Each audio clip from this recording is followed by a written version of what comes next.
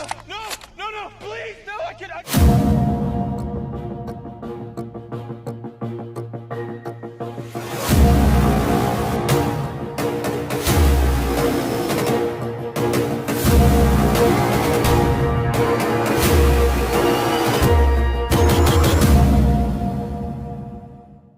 Halo sobat pemburu spoiler dimanapun kalian berada.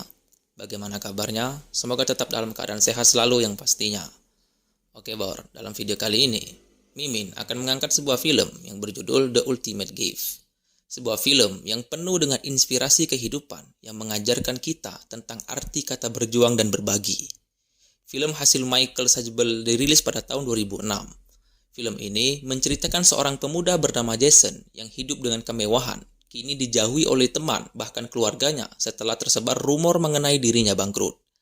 Ia harus menjalani ujian dari kakeknya agar ia mengerti arti dari kehidupan yang sebenarnya. Ia pun harus hidup berkebalikan 180 derajat untuk mendapatkan semua yang diwariskan oleh kakeknya. Bagaimana keseruan ceritanya? Ini ceritanya. Di awal film diperlihatkan Jason yang sedang menghadiri pemakaman kakeknya yang kaya raya bernama Red yang baru saja wafat karena faktor usia. Di pemakaman kakeknya itu, dia terlihat sedang berjalan melenggang yang sama sekali tidak menunjukkan bela sungkawa kepada kakeknya tersebut. Mendiang kakeknya adalah seorang pengusaha yang sangat kaya dan dermawan yang selalu sukses menjalankan bisnis. Namun, dia gagal dalam hal mendidik anak dan juga cucunya. Meski ia dikelilingi sanak keluarga yang tamak, namun Jason sendiri bukanlah tipikal cucu yang suka memeras harta keluarganya. Setelah prosesi pemakaman selesai, keluarga Jason malah meributkan soal warisan. Mereka bahkan tidak terima dengan warisan yang telah dibagikan oleh Red. Hingga akhirnya berakhir pergi meninggalkan ruangan itu. Hanya Jason satu-satunya yang tidak ribut soal warisan. Namun ketika Jason hendak pergi, ia justru dipanggil oleh seorang pengacara untuk memperlihatkan sebuah video sebagai wasiat dari kakeknya. Awalnya ia tidak begitu tertarik untuk mendengarkan. Namun setelah kakeknya menyebutkan akan memberikan hadiah yang istimewa, ia mulai mendengarkan dengan seksama. Namun untuk mendapatkan hadiah itu tentu tidaklah mudah. Jason harus melewati serangkaian ujian dan selama menjalaninya ia akan diawasi oleh pengacara tersebut. Jika berhasil, maka ia akan mendapatkan hadiah yang sangat berharga. Dan ujian pertama yang harus ia lalui adalah bekerja. Jason yang belum pernah bekerja seumur hidup pun bingung. Dia pun mulai menceritakan segala hal yang terjadi kemarin kepada pacarnya dan meminta pendapat apakah Jason harus menerima tantangan itu atau tidak. Namun bagi pacarnya, lelaki seusia Jason memanglah harusnya bekerja. Keesokan paginya, Jason yang masih menyimpan banyak tanya di pikirannya pun memulai perjalanan ke Hudson. Ia yang terbiasa naik pesawat kelas bisnis, kali ini harus merasakan ketidaknyamanan dan terus menggerutu di kelas ekonomi. Dan sesampainya di Hudson, ia disambut dengan hangat oleh seorang petani tua sekaligus sahabat karib Red yang bernama Gus. Jason yang selalu bersemangat, belum apa-apa sudah menanyakan keberadaan hadiahnya. Sedangkan Gus hanya meresponnya dengan tawa. Pagi pun menjelang, Jason yang gak terbiasa bangun pagi pun masih molor di kasurnya. Gus yang sudah siap untuk memberinya ujian pun mengajaknya untuk pergi ke hamparan ladang yang sangat luas. Dengan perasaan kesal, Jason diajak ke ladang untuk memasang pagar kayu di sana. Gus memberinya imbalan $1 untuk setiap pagarnya.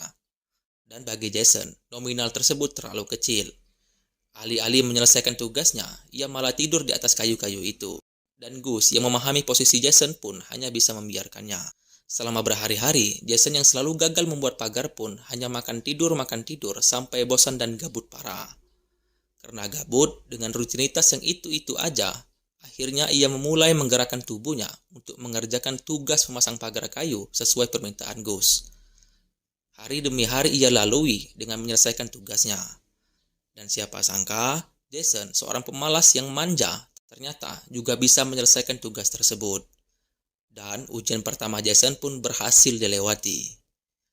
Gus yang merasa tugasnya sudah selesai pun akhirnya mengantarkan Jason kembali pulang. Dan sebelum pulang, Jason sempat menanyakan soal hadiah yang harusnya saat ini sudah dia terima. Gus lagi-lagi hanya tertawa dan tidak menjawab pertanyaan Jason. Jason yang kesal karena merasa dipermainkan pun langsung mencari pengacara dan mempertanyakan sebetulnya di mana hadiah itu berada.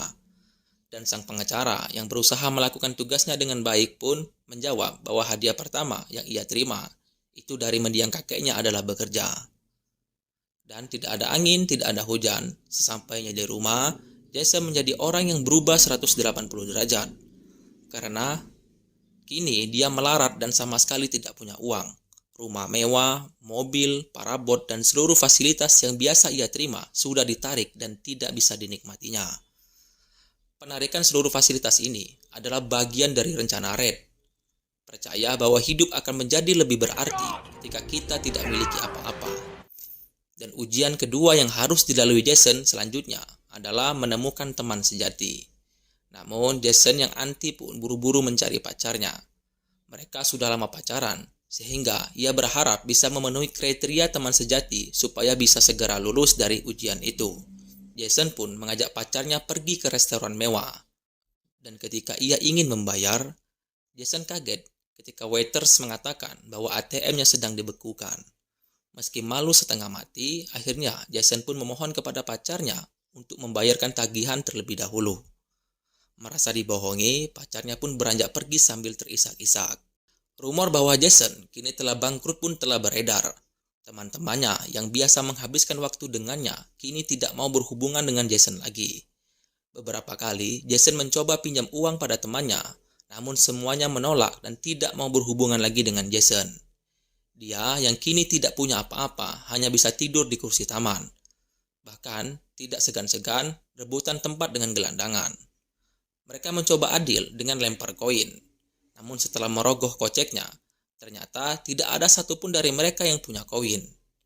Akhirnya datang seorang anak yang suka rela memberi uangnya. Namun setelah Jason melemparkan koin tersebut, sang gelandangan pun membawanya kabur. Jason pun mulai meratapi nasibnya yang selalu dicurangi. Dan di fase-fase terendahnya pun, ia terpaksa melihat pacarnya kini telah menggandeng pria lain. Jason yang hatinya remuk pun semakin sedih ketika menyadari sampai saat ini belum juga menemukan teman sejatinya. Keesokan paginya, Jason terbangunkan oleh suara anak kecil dan ibunya yang diganggu oleh seorang gelandangan. Ternyata orang itu adalah Alexia dan juga Emily. Jason pun langsung membantu mereka dengan menggertak dan menghardik gelandangan tersebut. Dan setelah kejadian itu, Jason mulai menceritakan kondisinya yang sedang membutuhkan teman sejati. Emily yang ingin membalas kebaikan Jason pun sepakat untuk menjadi teman sejatinya. Setelah semua kesepakatan itu, Emily dipertemukan dengan para pengacara. Mereka sampai mencurigai Emily bekerja sama dengan Jason. Namun, Emily menjawabnya dengan cerdas sehingga para pengacara mulai mempercayai ketulusan persahabatan mereka berdua. Namun, habis manis sepa dibuang. Setelah selesai membuktikan bahwa Jason berhasil melalui ujian menemukan teman sejati, ia meninggalkan Emily begitu saja. Ia bahkan tidak menyadari betapa terpukulnya Emily yang telah membantunya dengan tulus. Setelah berhasil melalui ujian kedua, akhirnya Jason pun menerima cek. Namun, Jason terkejut sekaligus kecewa setelah melihat angkanya ternyata ia hanya menerima gaji sebesar $1.600. Di dalam kwitansi tersebut juga dituliskan bahwa sebaiknya Jason menggunakan gaji pertamanya untuk membantu orang lain. Orang yang terbesit di pikirannya pertama kali adalah gelandangan yang pernah berebut bangku taman dengannya. Dia ingin membagikan gelandangan itu $100. Jason pun memanggilnya sambil berteriak.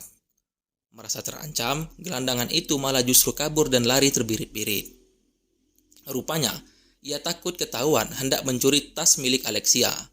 Jason yang penasaran mulai memeriksa tas tersebut dan menemukan surat dari rumah sakit. Ia sempat shock karena ternyata Emily sedang berjuang melawan penyakitnya. Jason yang mulai khawatir pun bergegas menghampiri Emily di rumah sakit sekalian mengembalikan tas milik Alexia. Begitu sampai di rumah sakit, ia kembali dikejutkan bahwa ternyata selama ini Emily selalu menggunakan rambut palsu. Jason yang tidak mau membuat Emily merasa malu pun hanya masuk ke dalam ruangan untuk menaruh tas dan pergi setelahnya. Mengetahui kondisi Emily yang membutuhkan biaya perawatan rumah sakit, Akhirnya, Jason terpikirkan untuk memberikan seluruh gajinya untuk Emily. Tanpa dia sadari, kini dia benar-benar menemukan seorang teman sejati.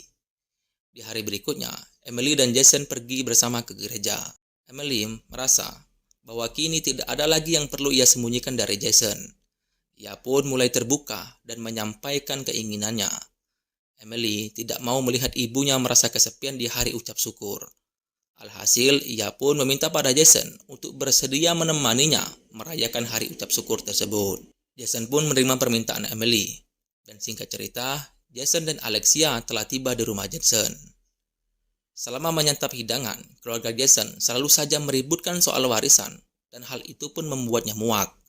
Jason yang sudah tidak tahan dengan tabiat keluarganya pun beranjak pergi, dan perasaan yang kesal sekaligus malu kepada Alexia. Ujian demi ujian ia lalui. Kini kakeknya meminta Jason untuk pergi ke Afrika sebagai ujian yang ketiga.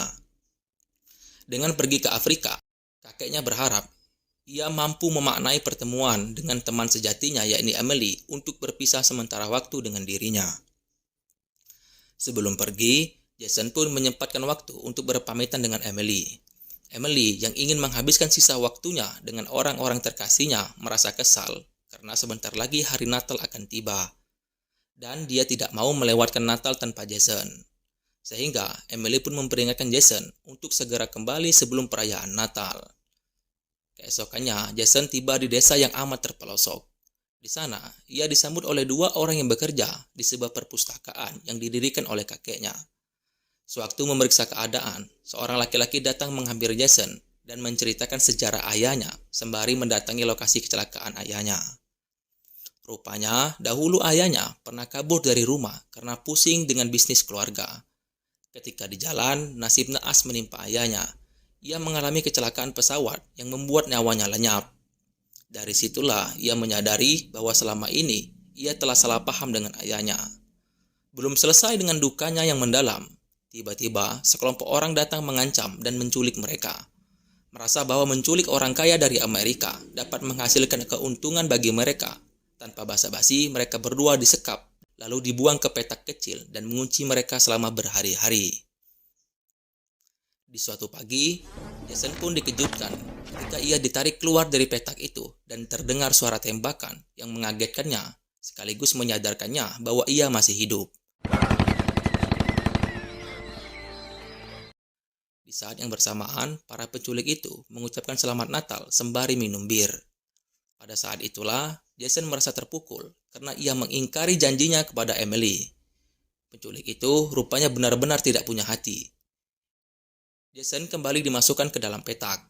Namun, kini Jason tertolong oleh keadaan karena para penculik itu dalam kondisi mabuk berat, sehingga mereka tidak mengunci petak dengan benar. Alhasil, Jason pun berhasil kabur dengan temannya. Dan dari situlah ia menyadari perjalanan bahwa kebebasan adalah berkat yang sangat berharga.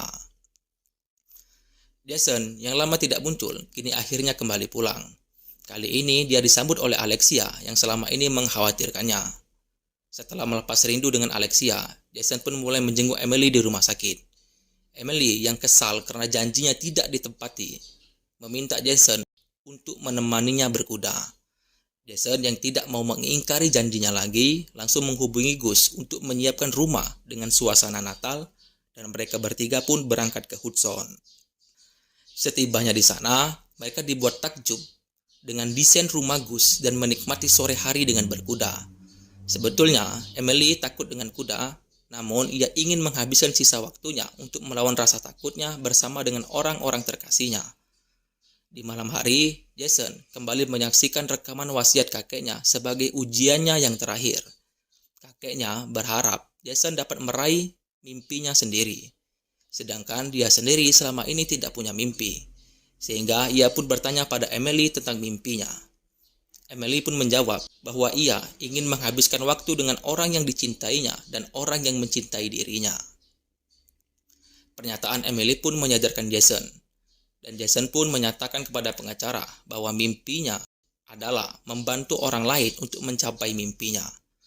Sang pengacara pun tanpa ragu-ragu memberinya cek sebesar $100 juta. Jason pun kaya dalam waktu semalam. Namun kekayaannya itu tidak lantas membuatnya kembali seperti yang dulu. Dengan kekayaannya yang berlimpah, sekarang Jason menggunakannya untuk merancang dan mendirikan yayasan dengan menggunakan nama Emily sebesar $3,5 miliar yang diperuntukkan bagi yang sedang berjuang melawan penyakit. Tiba-tiba Alexia mendapat telepon yang mengabarkan bahwa baru saja ia mendapatkan kabar bahwa anaknya wafat di rumah sakit. Jason pun sangat terpukul mendengar kabar itu. Dia menyesal setengah mati karena dia tidak bisa menemani Emily di sisa akhir hidupnya. Beberapa waktu setelah kepergian Emily, akhirnya kini yayasan dengan nama Emily berhasil diresmikan. Meski sayang sekali, Emily tidak dapat hadir di tengah-tengah mereka. Namun, cintanya akan selalu abadi. Setelah melalui duka cita, Jason kembali mendapatkan warisan yang sebenarnya dari sang kakek. Ia mendapat warisan sebesar $2 miliar. Namun rupanya hal ini tidak membuat Jason tergila-gila. Karena selama ini ia telah melalui masa ujian yang diberikan oleh kakeknya. Ia mendapatkan banyak hal berharga dalam hidupnya yang tidak bisa ia dapatkan dengan uang, yaitu teman sejati dan cinta sejati. Film pun berakhir.